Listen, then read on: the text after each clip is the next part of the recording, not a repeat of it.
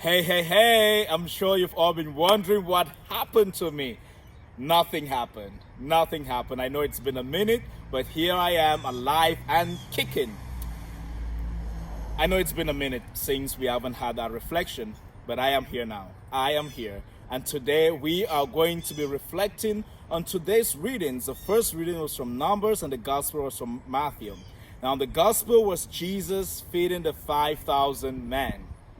The miracle of feeding of the 5,000. So we know the backstory. Jesus was preaching, and obviously the people were getting hungry and they wanted to go away. And the apostles came to Jesus and said, well, these people have nothing to eat, and so let us send them away to find something to eat. And Jesus said, oh no, you give them something to eat yourselves. And the apostles were like, but we got nothing to feed these thousands of people. And Jesus was like, wait a minute, are you sure about this? He's like, what do you have? And they said, well, just a little boy with 5 loaves and 2 fish. Of course, we know how the story continues. So let's dive right into our reflection today. And we're going to connect this reading with the first reading, which is from Numbers. Now, the first reading from Numbers are the people of Israel complaining about manna, that it's become redundant. They're having the same thing every day and they're getting tired. They want to change. Here is a fun fact about these Israelites who are complaining about the manna. Earlier on, the same people were complaining and whining about being in the desert and being hungry and saying, oh, the Lord brought them out of Egypt just to let them die in the wilderness through famine. But the thing is that they had quickly forgotten about the pains and the torture that they were going through in Egypt, and how the Lord had delivered them from all that tribulation that they were undergoing and led them to cross the Red Sea. And now here they are complaining of being hungry. But of course, the Lord listens to your complaint, because the Lord will always provide when we need something. And of course, He gives them manna from heaven and quail. And all of a sudden, they now begin to complain. The thing is that culture that we see in the book of Numbers, the culture that we see in first century Jerusalem at the time of the feeding of the 5,000, is very similar to our own culture today. How so? We have been engulfed into this culture by a spirit of consumerism. A spirit of consumerism is one that makes us to be wasteful, unappreciative, and not even being quick to giving to those who are in need. How do we see some of these in those earlier cultures? The people of Israel who were complaining about the manna being redundant and being in surplus and the same thing all the time, they were unappreciative of the fact that just a while ago they were hungry and had nothing to eat, and now they have something to eat, but they're looking for something to spice it up with, maybe some roasted fish or some steak, some prime rib, whatever. They were unappreciative. They were becoming ungrateful. And then when we move to first century Jerusalem at the time of the feeding of the 5,000, the apostles did not immediately recognize that even though the 5 loaves and the 2 fish that the little boy had could be shared with everyone that was present there, they thought the best thing was for them to send everyone away. That's being unappreciative of the little that they had.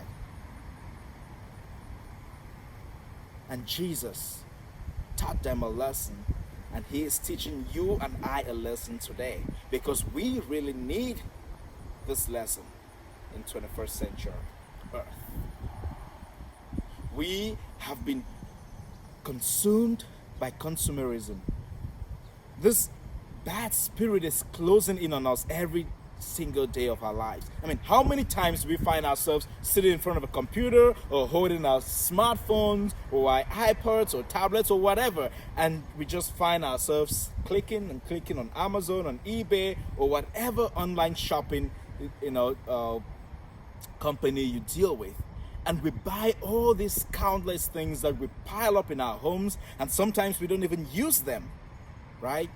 Maybe just look at our shoe closet. How many shoes are there that we have worn just once this year or that we haven't even touched? How many clothes?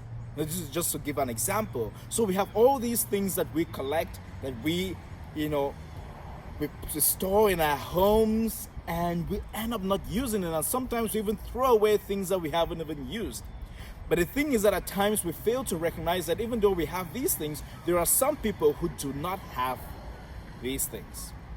And we think that just because we have it, it's true for the rest of the world. No, it isn't. Surprise!